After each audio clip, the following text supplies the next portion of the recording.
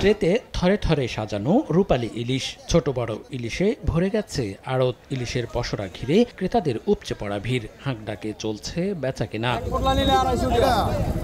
সরবরাহ বাড়ায় সপ্তাহ ব্যবধানে ইলিশের দাম কমেছে আকার ভেদে ৩০০ থেকে ৫০০ টাকা পর্যন্ত। ১ কেজি ওজনের ইলিশ বিক্রি হচ্ছে ১৭০০ টাকায়, আর ২২০০ টাকা কেজিতে বিক্রি হচ্ছে ১.৫ কেজি ওজনের ইলিশ। তবে অধিকাংশ ইলিশের পেটেই ডিম পাওয়া যাচ্ছে বলে জানিয়েছেন ক্রেতারা।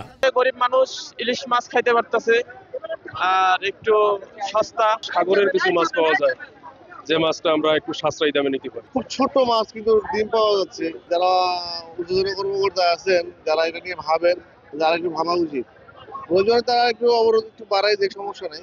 ইলিশ ছাড়াও প্রতিদিনের হাটটিতে তোলা হয়েছে রুই, কাতল, পাঙাশ, চিতল সহ সামুদ্রিক নানা জাতের মাছ। এদিকে মেহেরপুরের বাজারে আসছে শীতকালীন আগাম সবজি। পাওয়া যাচ্ছে শিম, বরবটি, ফুলকপি, মূলা, গাজর ও লাউ সহ হরেক রকমের সবজি। মাঝে কয়েকদিন বৈরী আবহাওয়ার কারণে সবজির সরবরাহ সেভাবে বাড়েনি। এতে দাম খুব একটা না কমলেও তা নাগালের মধ্যেই আছে বলে জানান ক্রেতারা। বাজার এখন কয়েকদিন বাড়ছিল, আবার নতুন করে কমছে, এখন আর বাড়বে না। তবে ক্রমান্বয়ে সরবরাহ বাড়লে দাম আরও কমবে বলে জানিয়েছেন আড়তদাররা। সবজির দর আরও কমলে ক্ষতিগ্রস্ত হবেন বলে দাবি কৃষকদের। মনিরুজ্জামান প্রান্ত, সময় সংবাদ।